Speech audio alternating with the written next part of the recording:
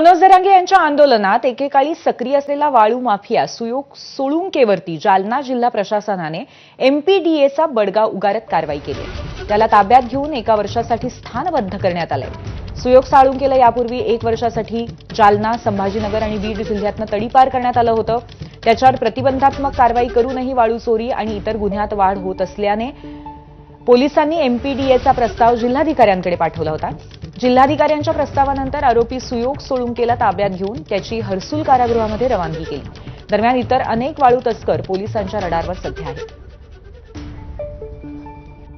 जिल्हाधिकारी जालना यांना सन 2025 मध्ये एमपीडीए कायद्याअंतर्गत काही प्रस्ताव गोंदी पोलिसांतर्फे सादर केलेले होते।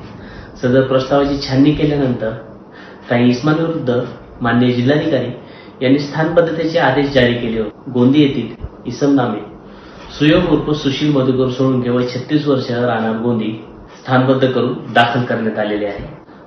आगामी काळात देखील वाळू तस्कर व इतर गंभीर गुन्ह्यातील आरोपितांविरुद्ध जालना पोलीस येथील प्रत्येक पोलीस स्टेशन अंतर्गत सदर कारवाई करण्याचे संकेत माननीय जिल्हा पोलीस अधीक्षक यांनी दिलेले आहेत।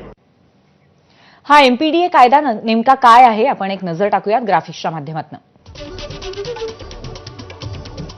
महाराष्ट्र धोकादायक क्रियाकलाप प्रतिबंधक कायदा 1981 असं कायद्याचं पूर्ण नाव आहे। झोपडपट्टीधारक, दारू विक्रेते, अंमली पदार्थ गुन्हेगार, धोकादायक व्यक्ती, व्हिडिओ पायरेट्स विरोधी असलेला हा कायदा आहे।